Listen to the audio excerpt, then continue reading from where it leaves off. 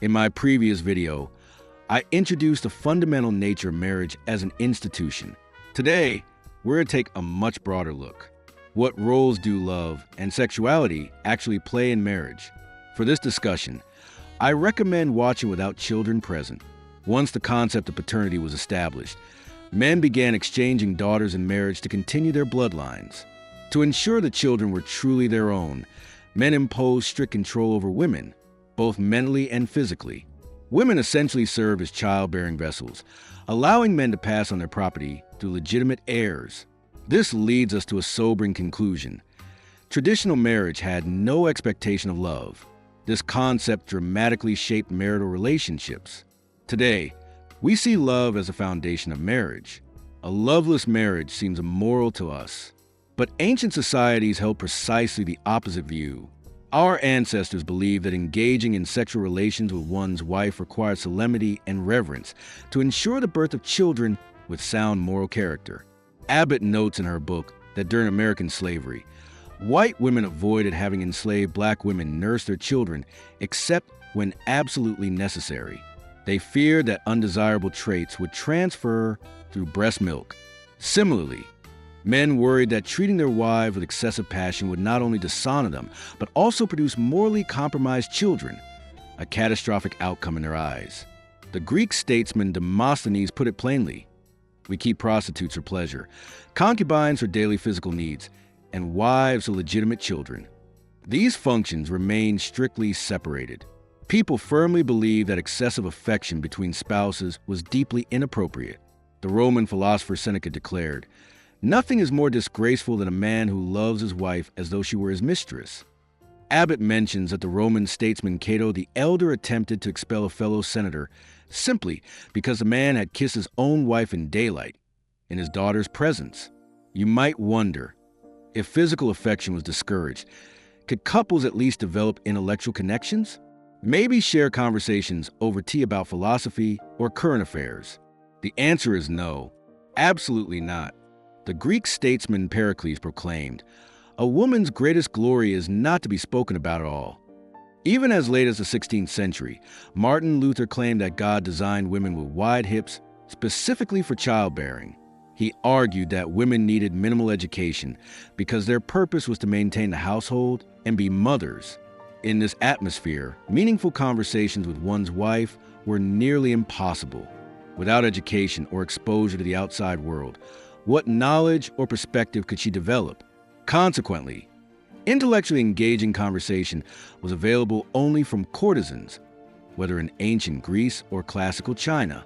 Medieval European history reveals some seemingly bizarre customs. For example, historical records show that the president of the Hamburg Merchants Guild, accompanied by the archbishop and 6 renowned courtesans in formal attire, greeted Milan's mayoral delegation at the city gates for commercial negotiations. Why would courtesans be involved in such high-level trade discussions? It wasn't because the officials were particularly indulgent, but because in formal social settings, only courtesans possessed the education and conversational skills that men valued in intellectual exchange.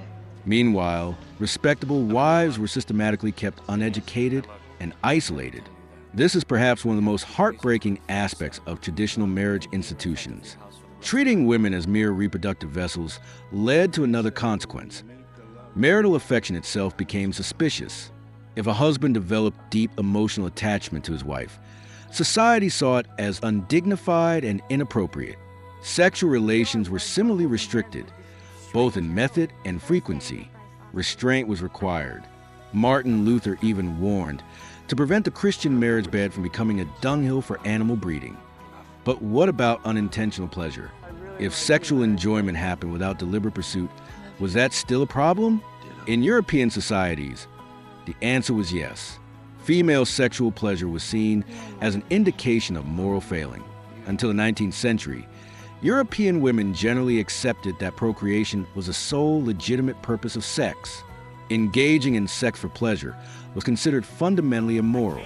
When women discussed marital relations privately, a common sentiment was, "I don't mind fulfilling my wifely duties, but what frustrates me is that I cannot even attend to my sewing while accommodating my husband." Female orgasm was even likened to demonic possession.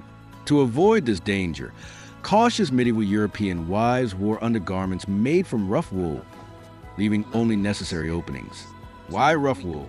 The uncomfortable sensation provided a distraction from potential pleasure. Remarkably, by the late 19th century, medical attitudes toward female orgasm reversed completely. Physicians began insisting that male climax should naturally satisfy both partners simultaneously, and if a wife didn't reach orgasm with her husband, this was classified as a pathology requiring treatment.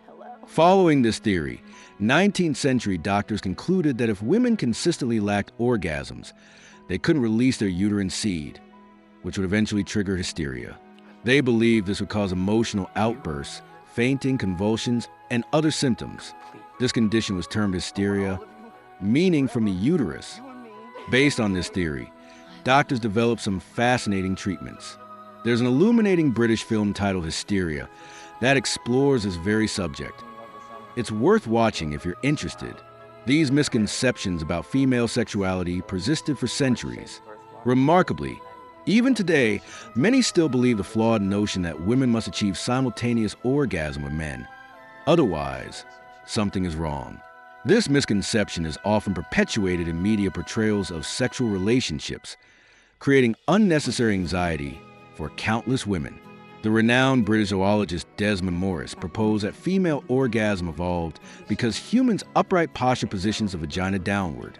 Since four-legged animals have horizontally aligned reproductive tracts, if women simply stood up immediately after intercourse to resume housework, sperm would flow out, preventing conception. This explanation does not withstand scientific scrutiny. Abbott notes that historically, one of the most common contraceptive methods among Western women was sprinkling pepper under the nose after intercourse to trigger powerful sneezes. After examining these historical perspectives, we can conclude that viewing women as reproductive vessels fundamentally conflicted with both emotional intimacy and sexual fulfillment in marriage. While many historical couples undoubtedly found satisfaction in their marriages, their expectations differed entirely from our contemporary understanding of what marriage should provide. The revolutionary concept that spouses should be equal partners and that marriage should bring both emotional and physical fulfillment to both individuals emerged only within the past century. For thousands of years prior, humanity operated under radically different assumptions. Remember Pericles' statement? A woman's greatest glory is not to be spoken about at all. This sentiment reflects an even deeper oppression than legal deprivations of divorce rights, legal standing, or property ownership. In A History of Marriage, Abbott quotes Gustave Flaubert, "Through ignorance of history, we slander our own times." Flaubert's insight helps us understand how historical sexual attitudes fundamentally define women's subordinate position in society.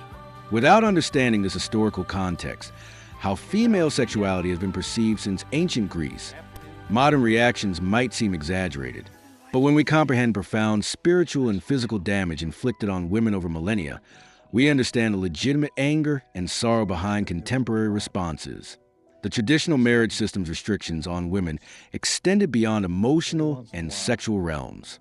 It reached into religious doctrines, legal systems, economic structures, and countless other areas.